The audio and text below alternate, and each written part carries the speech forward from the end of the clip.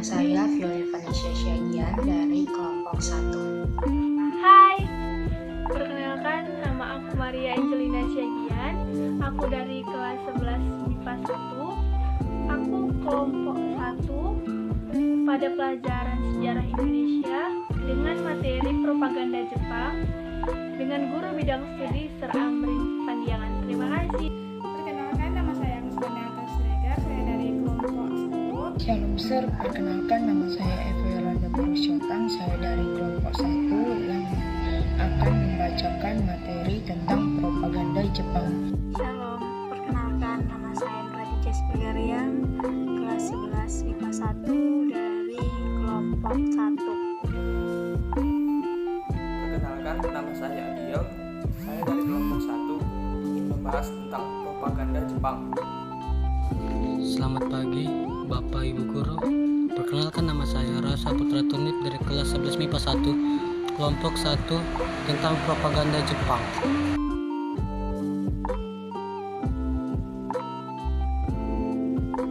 Kami dari kelompok 1 akan mempresentasikan mengenai propaganda Jepang. Pada presentasi ini kami akan menjelaskan mengenai proses masuknya Jepang ke Indonesia, kemudian bagaimana reaksi bangsa Indonesia dalam menyambut kedatangan Jepang dan juga pemerintah yang dibentuk bangsa Jepang di Indonesia.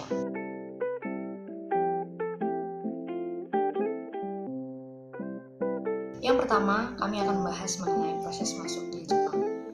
Semenjak pengeboman di Pearl Harbor oleh tentara Jepang pada 8 Desember 1941, serangan terus dilancarkan kepada Angkatan Militer Laut Amerika Serikat.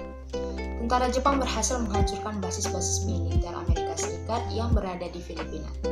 Kemudian bangsa Jepang diarahkan menuju ke Indonesia untuk mendapatkan cadangan logistik dan bahan industri perang seperti timah, minyak bumi, dan aluminium. Pada tahun 1942, bangsa Jepang mendarat dan memasuki Indonesia. Jepang masuk ke Indonesia melalui Ambon dan menguasai seluruh Maluku.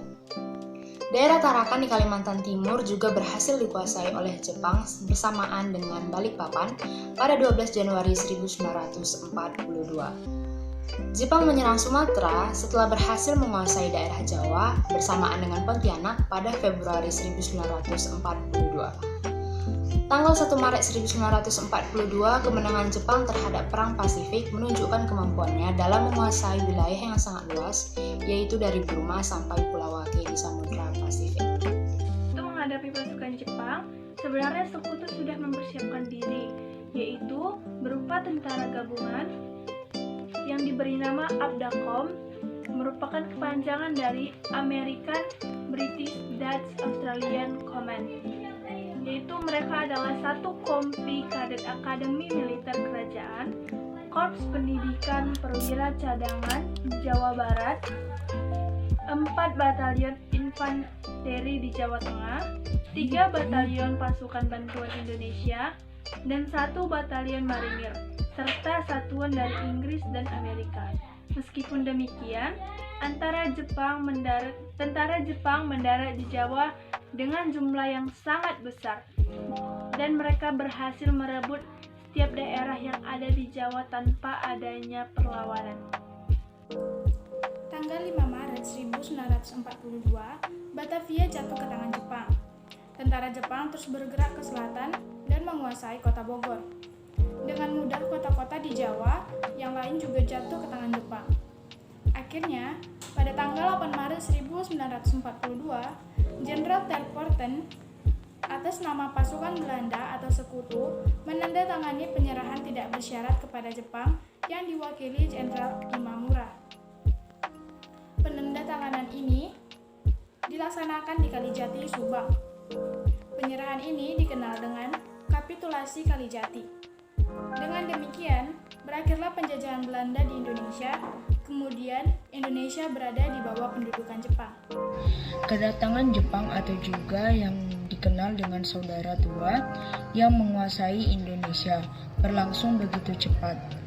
Hal ini dikarenakan keinginan Jepang untuk menguasai Indonesia yang kaya akan sumber daya alam dan dapat dikembangkan untuk industri Jepang yang telah direncanakan dari tahun-tahun sebelumnya. Jepang dengan slogan Hakko Ichiyo adalah doktrin untuk menguasai dunia dan satu-satunya kekaisarannya diperkenalkan oleh Kaisar Jimmu. Doktrin ini kemudian dimodifikasi sebagai alat propaganda dan alat politik untuk mencapai tujuan pemerintah Jepang. Propaganda adalah rangkaian pesan yang bertujuan untuk memengaruhi pendapat dan kelakuan masyarakat atau sekelompok orang.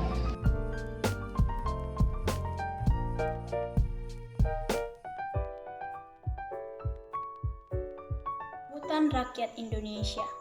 Jepang disambut dengan senang hati oleh bangsa Indonesia dan dipandang dapat membebaskan bangsa Indonesia dari kekuasaan Belanda. Di mana-mana terdengar ucapan selamat datang.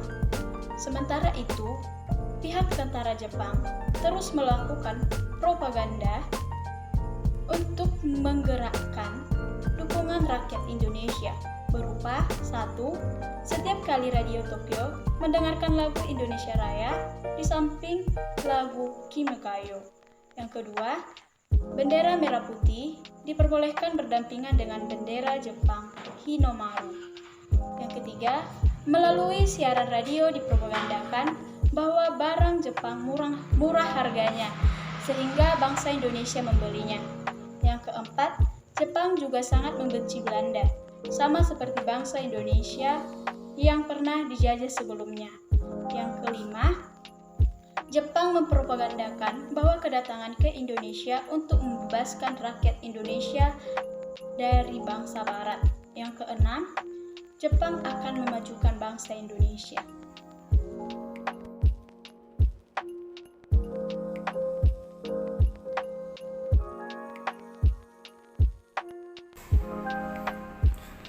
Pemerintahan militer dan sipil setelah melakukan propaganda, Jepang kemudian membentuk pemerintahan militer dan diperkuat dengan pemerintahan sipil. Pada pertengahan tahun 1942, timbul pemikiran dari markas besar tentara Jepang agar penduduk dilibatkan dalam aktivitas pertahanan dan kemiliteran. Seluruh kepulauan Indonesia dibagi menjadi 3 wilayah pemerintahan militer. 1. Militer Angkatan Darat, yaitu Tentara ke-25 untuk Sumatera yang berpusat di Bukit Tinggi. 2. Militer Angkatan Darat, yaitu Tentara ke-16 untuk Jawa dan Madura yang berpusat di Jakarta. 3. Militer Angkatan Laut untuk daerah Kalimantan, Sulawesi, dan Maluku yang berpusat di Makassar. Pembagian wilayah ini terkait perbedaan kepentingan Jepang terhadap tiap-tiap daerah di Indonesia bagi segi militer maupun politik ekonomi. Di dalam pemerintahan itu, Jepang juga membentuk kesatuan polisi militer. Di samping susunan pemerintahan tersebut, juga ditetapkan lagu kebangsaan yang boleh diperdengarkan hanyalah Kimigayo. Padahal sebelumnya lagu kebangsaan Indonesia Raya sering diperdengarkan di Radio Tokyo. Pada awal pendudukan ini, Jepang juga mulai melakukan perubahan kultural, misalnya penggunaan waktu tarik Jepang, perayaan Hari Raya Tencho-Setsa tiap tahunnya, dan dalam bidang politik diwajibkan penggunaan bahasa Jepang. Selain pemerintahan militer, kedudukan juga diduduki oleh pemerintahan sipil. Pemerintahan ini membuat aturan tentang pembagian daerah yang terdiri dari kerasidenan, kota praja, kabupaten, kansedanan, kecamatan, dan desa atau kelurahan. Terima kasih.